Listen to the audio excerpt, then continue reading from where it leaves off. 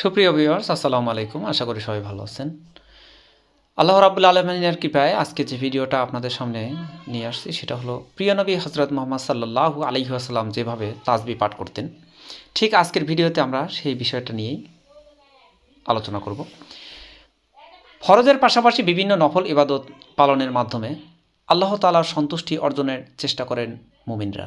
নফল ইবাদতের মধ্যে নামাজ, জিকির আজকার ও বিভিন্ন তাসবিহ রয়েছে।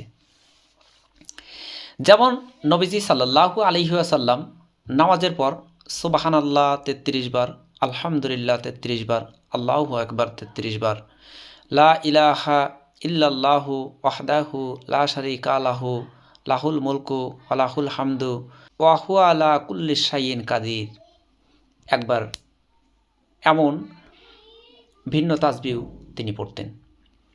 তাই তাসবিহগুলো পাঠের মাধ্যমে সমুদ্রের ফেনারাশির মতো পাপ থাকলেও আল্লাহ ক্ষমা করে দিবেন বলে হাদিসে উল্লেখ করা হয়েছে।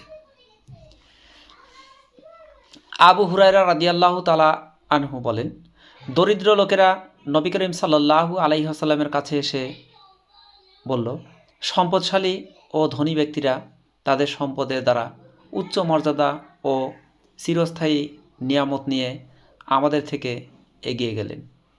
তারা আমাদের মতো সালাত আদায় করেছেন, আমাদের মতো সিয়াম পালন করেন এবং তারা তাদের অর্থ সম্পদের মাধ্যমে হজ, ওমরা, জিহাদ ও সদকা করার মর্যাদাও লাভ করেন।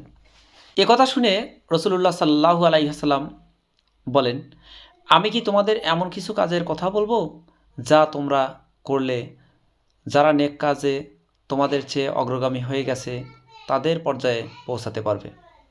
কেউ তোমাদের সমপর্যায়ে উন্নীত হতে পারবে না, আর লোকেদের মধ্যে তোমরাই হবে উত্তম আমলকারী। তবে যে ব্যক্তি এ ধরনের আমল করবে তার কথা ভিন্ন। তোমরা প্রত্যেক সালাতের পর ৩৩ বার তাসবিহ, সুবহানাল্লাহ ৩৩ বার, আলহামদুলিল্লাহ এবং ৩৩ বার আল্লাহু আকবার পাঠ করবে।